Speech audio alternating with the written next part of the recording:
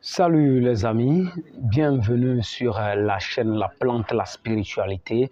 Ici, vous voyez encore en face de vous votre frère Armstrong Kodo qui est encore là ce soir pour vous apporter un atout sur comment préparer une tisane pour guérir des maladies d'occulte.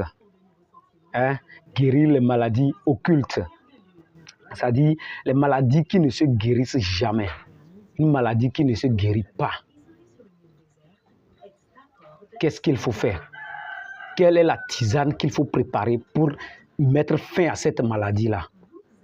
Quelqu'un qui pense qu'il t'a déjà envoûté, ou bien toi-même tu es rentré dans un secte et que cette maladie vient du secte ou bien du milieu de la localité que tu habites. Comment faire pour mettre fin à cette maladie-là? Ici, je vous dirai comment faire pour arrêter cette maladie. Mais n'hésitez surtout pas de vous abonner, liker, commenter, partager surtout afin que d'autres aussi puissent en bénéficier. Parce que d'autres ont ces problèmes et ne savent pas où l'amener. Afin qu'ils trouvent des solutions à ces genres de problèmes. Maintenant, à ce sujet, on aura besoin de 3 justes ingrédients. On aura besoin de 2 feuilles et un autre ingrédient qui va vous servir de préparer la tisane pour guérir ces genres de maladies.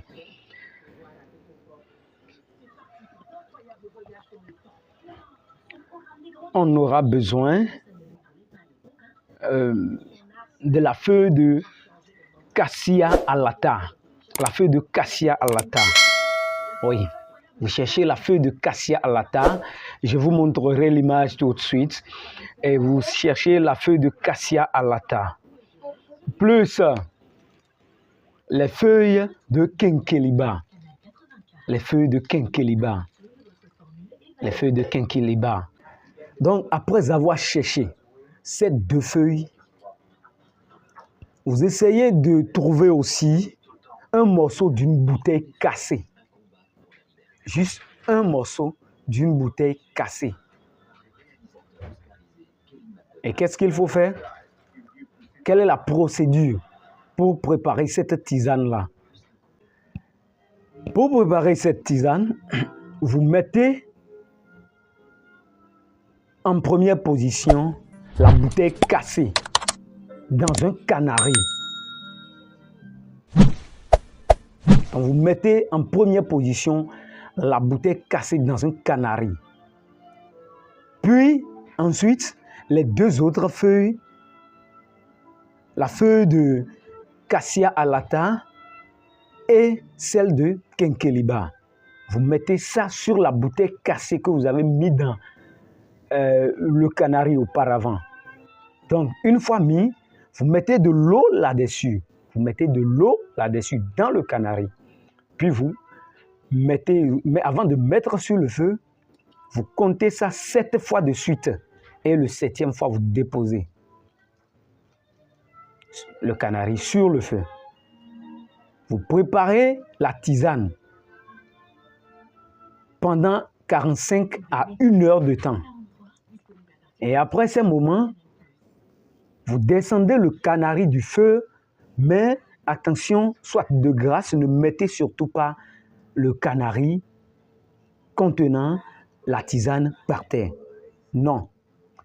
Soit vous cherchez la feuille de Neoboldia levis que vous déposez par terre, ce que nous appelons d'habitude amangan, pâtiment, d'autres l'appellent pâtiment. Donc vous déposez ça par terre. Vous cherchez peut-être en quantité suffisante que vous déposez par terre avant de mettre la tisane préparée avec le canari là-dessus. À défaut de Neoboldia levis, de la feuille de Neoboldia levis, s'il n'y a pas ça, vous pouvez prendre le canari du feu et déposer ça sur une table.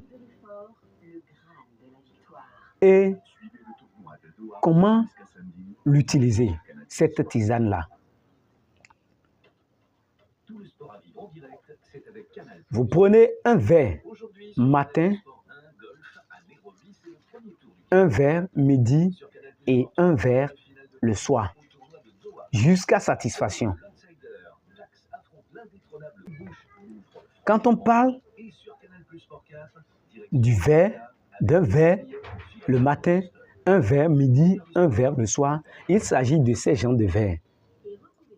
Ce sont ces genres de verres que vous allez utiliser. Donc, vous utilisez un verre de ceci matin, un verre de ceci dans l'après-midi et un verre de ceci dans la soirée, avant d'aller vous coucher.